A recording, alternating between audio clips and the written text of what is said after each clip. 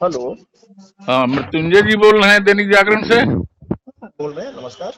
नमस्कार, मैं शैलेंद्र दीक्षित बोल रहा हूँ। हाँ सर, नमस्कार नमस्कार सर। नमस्कार, बिफोर प्रिंट से। हाँ सर। एक कष्ट देना था आपको हाँ बताइए सर। कि आपके यहाँ पहले ही माने चक्र में वोट पड़ गए थे विधानसभा के लिए, चुनाव जी के जी लिए। सर, हाँ हाँ, 28 अक्टूबर को हुआ था जी सर। जी जी। हम जानना चाहते हैं कि आपके यहाँ कितनी सीटें हैं, मतदाताओं का मतदान का ट्रेंड क्या रहा है, और जी कहाँ इसको बढ़त है, जी और कितने वोट पड़े। तो यही जरा सी जानकारी थी, ताकि मैं बिफोर प्रिंट के अ, पाठकों को ये सुविधा मिल सके कि वो जानकारी कर सकें, कोई असेसमेंट कर दें। जी जी और सर। मेरा फोकस एक ये भी है कि यूथ की भूमिका क्या रही, जी जी और जाति का समीकरण टूटा या नहीं टूटा। जी सर। जी सर। जी। तो पहले तो मैं जानना चाहूंगा कि कितनी सीटें हैं और एक एक सीट का ब्यौरा। सर, मेरे यहाँ 7 विधानसभा सीट है। जी भोजपुर जिला में 7 विधानसभा सीट है। जी और उसमें है आपको संदेश, जी बढ़ारा, जी आरा, जी अगियांव, जी तरारी, जी जगदीशपुर और जी शाहपुर। जी तो ये 7 विधानसभा क्षेत्र है सर जी मेरे। जी और अमूमन पूरे भोजपुर जिले में अगर प्रतिशत देखा जाए मतदान का, जी तो वो 51.85% मतदान हुआ। जी जिसमें संदेश विधानसभा क्षेत्र में 52.73, जी बड़हरा में 52.45, जी। संदेश में 47.67। मृत्युंजय जी, अब मेरी समझ में जब एक एक कॉन्स्टिट्यूंसी को डिस्कस करिए, तो सर। वही के परसेंटेज बताते रहिए, नहीं तो इधर माने पाठक को थोड़ी असुविधा होगी कि जी जी जैसे सर। संदेश की बात कर रहे हैं। हाँ तो सर। संदेश में कितना वोट पड़ा, कितने कैंडिडेट थे, जी जी क्या सर। क्या समीकरण है, हम इस तरीके से जानना चाहते हैं आपसे। जी जी जी सर। जी तो संदेश विधानसभा में जी जो सीट संदेश विधानसभा में हमारे यहाँ टोटल जो चुनाव मैदान में थे कैंडिडेट, जी। वो थे सर। हेलो। हाँ सर। जी। वहाँ कितने कैंडिडेट थे, आप ये बता रहे थे कि हाँ आप। हाँ हाँ। हाँ जी। सर, वही बता रहे हैं आपको हम्म सर हम्म। कि हमारे यहाँ कैंडिडेटों की संख्या थी संदेश विधानसभा क्षेत्र में। जी। अगर वो आंकड़ा ना हो तो आप खाली मेन कंटेंडर्स कौन थे ये तो बता दीजिए। नहीं सर, हम आपको बता रहे हैं हम्म, संदेश विधानसभा क्षेत्र में जो हमारे यहाँ कैंडिडेट थे। जी एक मिनट सर, वही हम निकाल दे रहे हैं सर, मेरे पास था। संदेश में सर 11 प्रत्याशी चुनाव मैदान में थे, जी जिसमें मुख्य मुकाबला जो था जी। वो राजद और जदयू प्रत्याशी के बीच है। अच्छा अच्छा। राजद से किरण किरण देवी है अगर मैं गलत नहीं, मैं बीच में इंटरप्ट कर रहा हूँ सर। कि यहाँ से तो सुनील पांडे भी संदेश से ही जीते थे शायद। नहीं नहीं, तरारी से सर। अच्छा, तरारी से। तरारी से सर। अच्छा अच्छा। तो ये जो है जी संदेश विधानसभा से 11 प्रत्याशी इस बार चुनाव मैदान में थे, जी जिसमें राजद से किरण देवी थी जी और जदयू से थे आपको विजेंद्र यादव, जी जो अभी ये राजद छोड़ के आए थे, और वो संदेश विधान, और लोजपा से जी श्वेता सिंह थी। तो ये चुनाव मैदान में सर इस बार इन लोगों के बीच ही मुकाबला है। जी इसमें मुख्य मुकाबला माना जा रहा है जी कि राजद और जदयू के बीच ही है, जी। और त्रिकोणात्मक लड़ाई श्वेता सिंह जो लोजपा की है वो बना रही है। हम्म। और यहाँ पलरा भारी की जहां तक स्थिति है, हम्म। तो जो क्षण की बात आ रही है उसमें राजद प्रत्याशी का पलड़ा कुछ भारी दिख रहा है। अच्छा अच्छा अच्छा। मतलब यहाँ राजद, मतलब वो लोजपा कैंडिडेट की वजह से बीजेपी का हाँ नुकसान हो रहा है, जी, माने हाँ हाँ। एनडीए का नुकसान हो रहा है। आप ये इसको इस तरीके से देखा जाना चाहिए। जी जी सर, हाँ हाँ अच्छा, फिर आगे। हाँ। और उसके बाद अगियाव विधानसभा है। जी तो अगियाव विधानसभा क्षेत्र में जी 10 प्रत्याशी चुनाव मैदान में। जी। यहाँ गठबंधन से, महागठबंधन से हम्म। ये सीट इस बार भाकपा माले के खाते में रही, जी जी और मनोज मंजिल जी यहाँ से चुनाव लड़े जी भाजपा के माले से। जी। और जदयू से जो वहां के विधायक थे प्रभुनाथ राम, हम्म। वो चुनाव मैदान में थे। जी यहाँ मुख्य मुकाबला इन्हीं दोनों के बीच है जी। जो कि चर्चा है। और त्रिकोणात्मक लड़ाई बनाने में लोजपा के राजेश्वर पासवान चुनाव मैदान में थे। जी।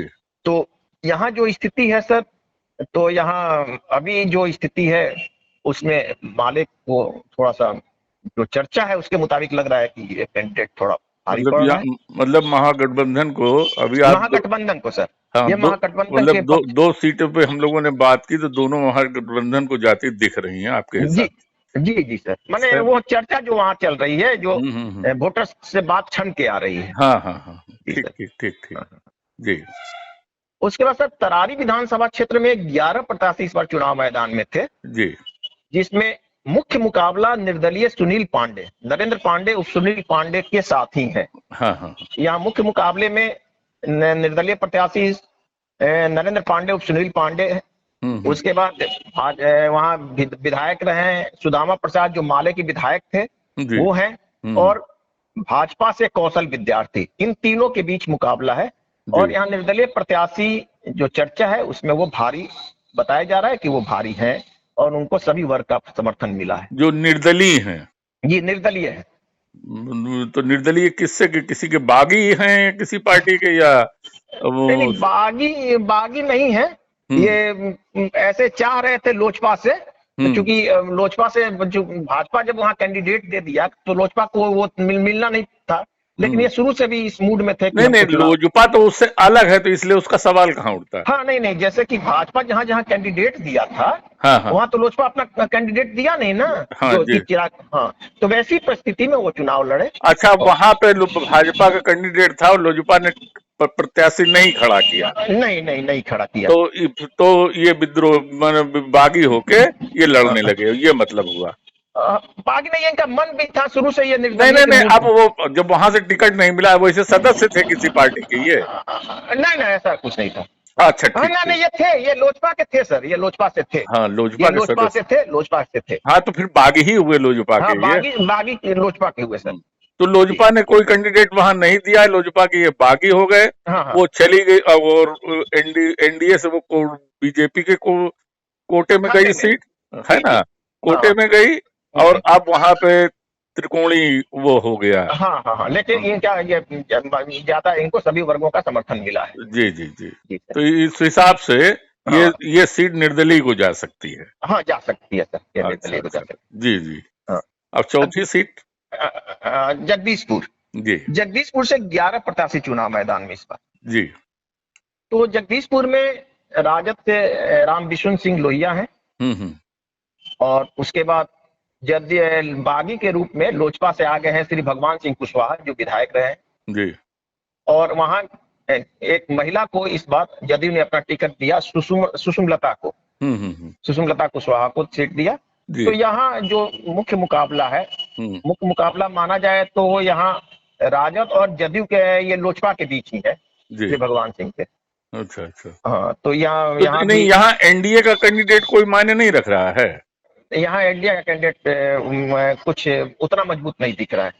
अच्छा। तो मतलब लड़ाई यहाँ पे लोजपा और उसमें हो गई है, लोजपा और राजद के बीच हो गई है। महागठबंधन में। जी, और राजद का पलड़ा अभी तत्काल भारी दिख रहा है। अच्छा। मतलब आपके जिले में लग रहा है कि आगे चल रहे हैं, मतलब महागठबंधन आगे चल रहा है। जी सर। जी। और फिर जगदीशपुर के बाद? हाँ, जगदीशपुर के बाद हमारा आ जाता है शाहपुर विधानसभा। तो शाहपुर विधानसभा में राजद के राहुल तिवारी हैं जी, जो शिवानंद तिवारी के बेटे हैं। जी। और वहाँ भाजपा की मुन्नी देवी और निर्दलीय मुन्नी देवी की जो गोतनी है शोभा देवी है, निर्दलीय जी, वो चुनाव मैदान में है जी। तो यहाँ मुकाबला जो है जी, वो राजद के पक्ष में थोड़ा भारी दिख रहा है क्योंकि वो दोनों को ही लड़ गया है और दोनों मन मिजाज के एनडीए के ही थे, लेकिन वो बागी नहीं है क्योंकि वो किसी पार्टी से अभी जुड़ी नहीं थी, लेकिन वो समर्थक थी क्योंकि वो विशेश्वर ओझा की पत्नी है। अच्छा। शोभा देवी जिनका मर्डर हो गया था। जी सर। जी। तो वो विशेश्वर ओझा की पत्नी है, तो इस मन मिजाज से, लेकिन वहां भी राजद का पलड़ा कुछ भारी दिख रहा है। अच्छा। जी सर।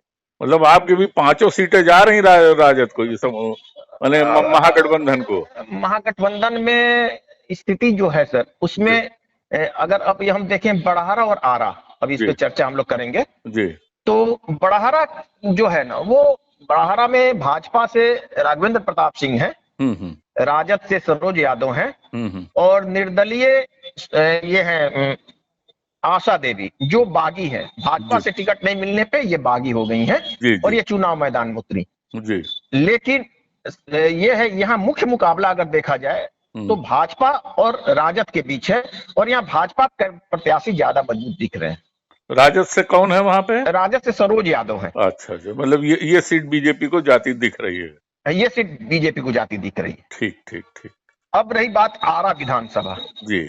आरा विधानसभा क्षेत्र में सर भाजपा और महागठबंधन से यहाँ माले कैंडिडेट है जी, क्यामुद्दीन, भाजपा से अमरेंद्र प्रताप सिंह है जी, जो उपाध्यक्ष भी रहे हैं जी जी, और ये यहाँ जो क्यामुद्दीन माले से हैं, यहाँ भाजपा का पलड़ा कुछ भारी दिख रहा है जी, क्योंकि एक तो मुख्यालय हो जा रहा है और दूसरी तरफ जो शहरी इलाका है, तो इसलिए शहरी इलाका है, इसका हाँ लाभ मिल रहा होगा। हाँ, तो अभी जो स्थिति बन रही है सर, तो 5 और 2 की बन रही है।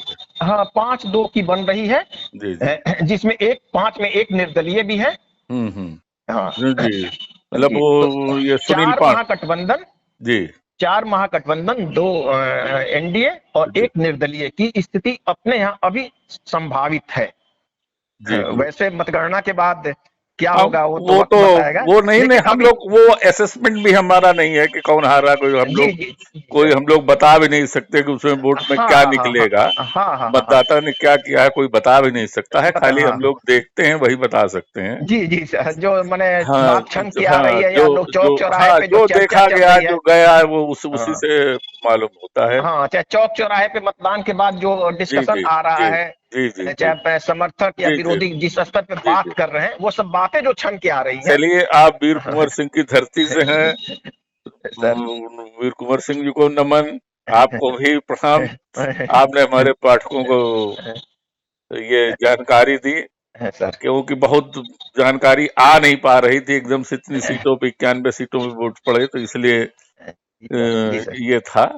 तो हमने सोचा कि हम अपने पाठकों को ये वीडियो के जरिए दिखावें ताकि वो ज्यादा उनको जा सके। ठीक है जी, प्रणाम जी, प्रणाम सर।